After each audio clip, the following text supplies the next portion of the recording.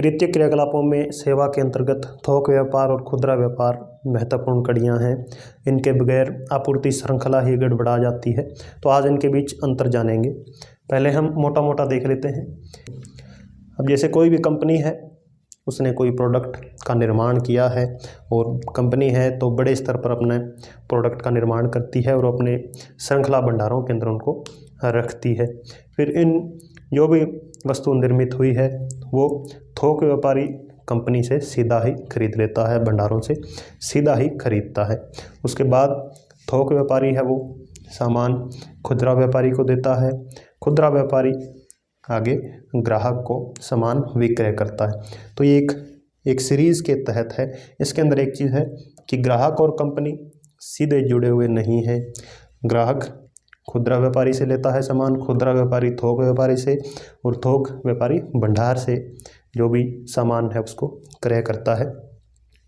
थोक व्यापारी इन दोनों के बीच की कड़ी है और खुदरा व्यापारी इन दोनों के बीच की महत्वपूर्ण कड़ी है। ये इसके अंदर मोटी मोटी बातें हैं। अब हम इनकी परिभाषा देखते हैं और कुछ मुख्य अंतर क्या होते हैं वो देखते हैं। बिचौलिए सौदागरों पूर्तिकारों द्वारा बड़े पैमाने पर किया गया व्यापार, यानी ये बिचौलिए सौदागर और पूर्तिकार क्या होंगे? जो बीच में मध्यस्थता करते हैं, सामान बड़ी कंपनियों से, निर्माताओं से खरीदते हैं और खुदरा व्यापारियों को बेचते हैं। तो इस पैमाने पर जब ये बड़े पैमाने पर व्यापार करते हैं, इसी को थोक व्यापार कहा जाता है। सामान को सीधे ही श्रृंखला भंडारों सहित कुछ बड़े भंडार निर्माताओं से खरीदा जाता है। ये इसकी मुख्य विशेषता है। यानी सामान सीधे कंपनी जो भी सामान बना रही है, जहाँ भी जो भी इनके नियत भंडार हैं या बड़े बड़े श्रृंखला भंडार हैं, वहाँ से ये सीधे खरीदते हैं। वहीं खुदरा व्यापार, फुटकर या रिटेलर भी कहा जाता है इन्हें, इसमें उपभोक्ताओं को वस्तुओं का प्रत्यक्ष विक्रय किया जाता है। यानी खुदरा व्यापार के अंदर वस्तुओं का विक्रय करने के लिए ही ये अपनी जो प्रतिष्ठान है वो खोलते हैं, अपनी दुकानें हैं, रेडी है जो भी। अधिकांश खुदरा व्यापार विक्रय के नियत प्रतिष्ठान और भंडारों में संपन्न, यानी इनकी फिक्स लोकेशन होती है। चाहे आप अपने गांव के अंदर, कस्बे के अंदर, मोहल्ले के अंदर देखें तो उनका एक निश्चित प्रतिष्ठान है, वहीं पर वे होंगे। चाहे वे अपनी रेडी लगा रहे हैं, चाहे उनकी खुद की कोई नियत प्रतिष्ठान है, उन्हीं के अंदर वे अपना व्यापार करते हैं। केवल बेचने के लिए ही व्यापार किया जाता है। परिभाषा देखने के बाद अब हम इनमें कुछ और अंतर देखते हैं। सबसे पहले उत्पाद का मूल्य। थोक विक्रेताओं के पास जब कोई उत्पाद पहुंचता है तब उसका मूल्य कम होता है, वहीं खुदरा व्यापारी के पास पहुंचता है तो कीमत उसकी और अधिक हो जाती है, और अंत में जब ग्राहक के पास पहुंचता है उत्पाद तो उसकी कीमत और अधिक हो जाती है। प्रतियोगिता की बात करें, थोक विक्रेताओं के बीच आपस में प्रतियोगिता नहीं होती, क्योंकि थोक विक्रेताओं की संख्या उतनी अधिक नहीं होती। इसके अतिरिक्त उनकी जो सामानों की वैरायटी है वो अधिक होती है, यानी एक ही प्रकार के उत्पाद के ज़्यादा प्रतियोगी नहीं होते।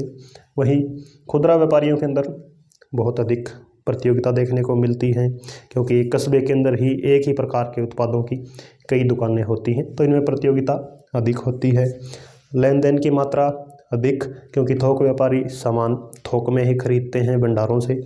वहीं खुदरा व्यापारी, उनके पास लेन देन की मात्रा कम होती है, क्योंकि इनका एक जो दायरा है वो सीमित होता है कि हमें इतना सामान खरीदना है और इतना हमने बेचना है। वहीं इनका कार्य बहुत अधिक होता है, इसलिए इनको पूंजी भी अधिक चाहिए। इनको कम पूंजी की आवश्यकता होती है। ये कम पूंजी के अंदर ही अपना व्यापार शुरू कर सकते हैं। उत्पादों के प्रकार की बात करें तो सीमित प्रकार के उत्पाद होते हैं, क्योंकि एक थोक व्यापारी एक विशेष प्रकार का उत्पाद खरीदता है, फिर आगे खुदरा व्यापारियों को बेचता है। वहीं खुदरा व्यापार के अंदर यह उत्पादों के प्रकार विस्तृत हो जाते हैं। आपको एक ही छोटी सी दुकान के ऊपर बहुत सारे उत्पाद देखने को मिल सकते हैं। इनका क्षेत्र विस्तृत हो जाता है, क्योंकि थोक व्यापारी जब बहुत अधिक थोक में सामान खरीदता है तो आगे खुदरा व्यापारियों को, जो कि बहुत दूर दूर तक अनेक गांवों, कस्बों, मोहल्लों में फैले होते हैं, उन तक इनकी पहुंच होती है। तो इनका क्षेत्र बहुत विस्तृत होता है। वहीं खुदरा व्यापारी एक सीमित क्षेत्र के अंदर उसकी एक नियत प्रतिष्ठान होगा, उसकी फिक्स दुकान होगी और उसके उतने ही ग्राहक होंगे, उसकी ज़्यादा पहुंच नहीं होती।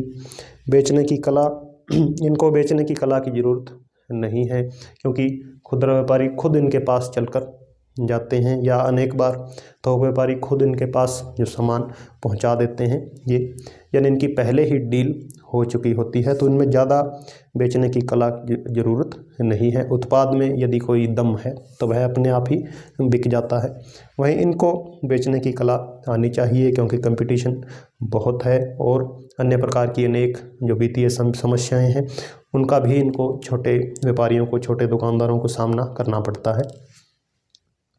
तो ये थोक व्यापार और खुदरा व्यापार के अंदर मुख्य अंतर थे। धन्यवाद।